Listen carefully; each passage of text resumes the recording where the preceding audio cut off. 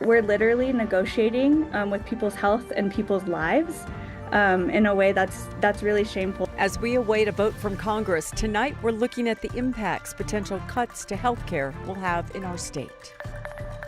A dog shot and left for dead on the side of the highway is now getting a second chance. We're meeting those bringing Rhea back to life. Knowing where weather is heading can save lives. We're sharing more on how cameras on cell towers are helping us better track storms. And be ready to look up again. Our weather impact team is tracking tonight's conditions for the Northern Lights.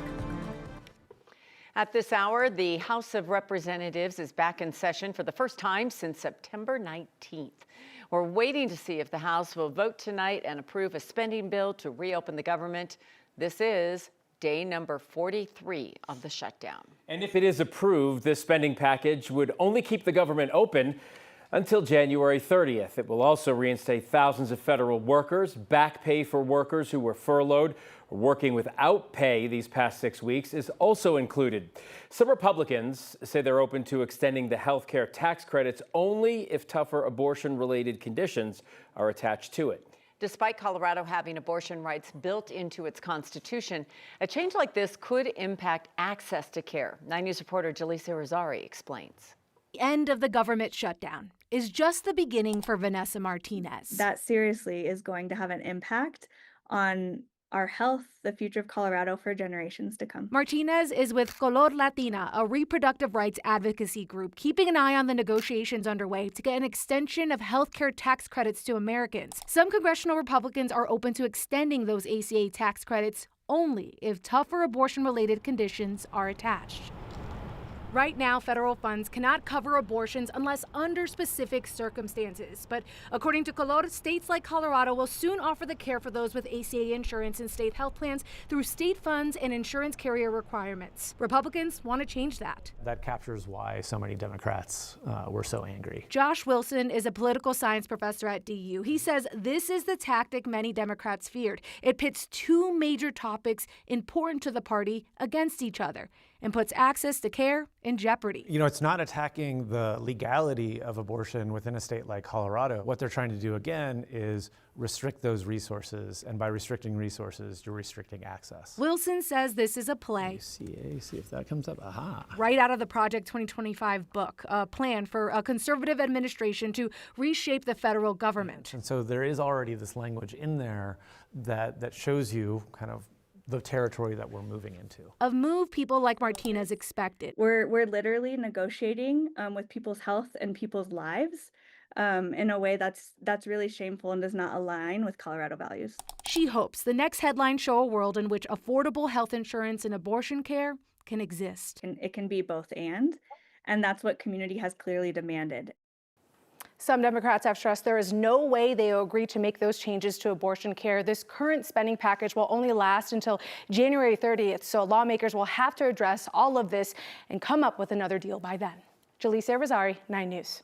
But Jaleesa, this is so complicated and into the weeds that even the experts on it have a hard time figuring out the full impact. Yeah, you know, they stress that there's a lot of layers to this situation, right? Not only because there's a lot of layers to abortion care and covering abortion care, but the political impacts having this conversation may have with midterms right around the corner. Oh, yeah. All right. Thank you, Jaleesa. Live look outside now. Another day in November without snow. Hard to complain, though. Getting near 70 today. It's just been absolutely beautiful. I know the skiers have their gear ready to go and they want to get up into the mountains. They can. It's just not phenomenal but it's skiing. Still, like, Kathy, we get that light cloud cover, but like warm. Yeah, warm.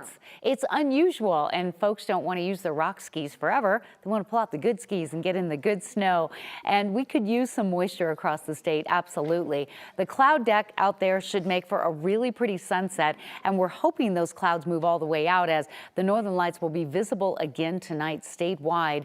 And I think it could be better in some areas than it was last night. Look at the snow. There's people skiing right now at Loveland, but there is not a lot there, and they would certainly love Mother Nature to lend a helping hand. And there are signs that we have a longer range kind of pattern change setting up for next week. Temperatures back in the 60s today in spite of the cloud cover. A little windy over elevated terrain, but fairly calm at the surface.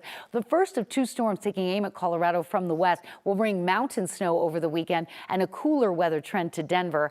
Over the next 3 or 4 hours, we've been monitoring the cloud deck, and it's going to ebb and flow around the area, but I think you'll get some windows of clear skies to check out those northern lights tonight after 5 o'clock.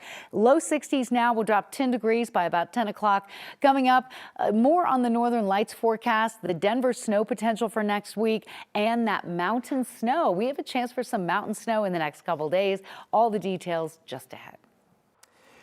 Kathy, thank you. One person is in critical condition after a road rage shooting last night. Happened about 7 o'clock on Highway 285.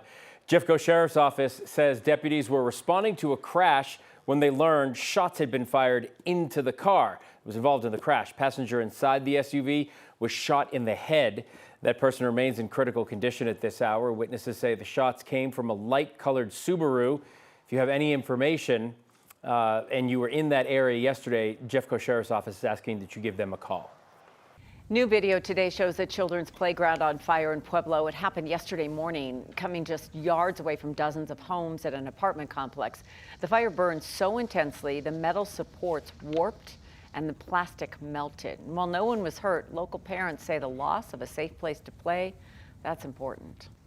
I was pretty upset because it's sad that a lot of these kids don't really have places to go around here and play without not feeling safe. And for this to happen in the middle of the night is just crazy. Nika and her son would come there every day after school. The fire department confirmed it is possible it was human caused, but lack of evidence means it won't be sent over to the police department for a criminal investigation. Right now, tickets are on sale for the kickoff, Denver Summit FC's first ever match held at Empower Field. But if you wanted season tickets for Denver's newest pro sports team, it seems you're already out of luck. The club announced it sold out its allotment of 8,500 season tickets for the 2026 season. That means there are thousands of people who put in deposits for season tickets and didn't get them. They are automatically enrolled in the 5280. That's the club membership program and season ticket wait list. The kickoff game is Saturday, March 28th at noon. Opponent still to be announced. And there is such great energy behind this, so. Sold out already, and there's a waiting list, so yeah. I can't imagine the countdown to that. We'll be all in. It'll be great. Oh, I hope they feel the love. I think they will the minute they walk out there. This weekend is a big matchup for the Broncos, of course. We're playing the Chiefs.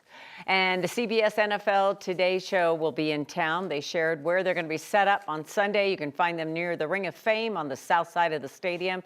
That means JB, Coach Bill Cowher, Nate Burleson, Matt Ryan will all be there to count down kickoff. 10 o'clock Sunday morning. They'll be there that early for that afternoon game at Empower Field.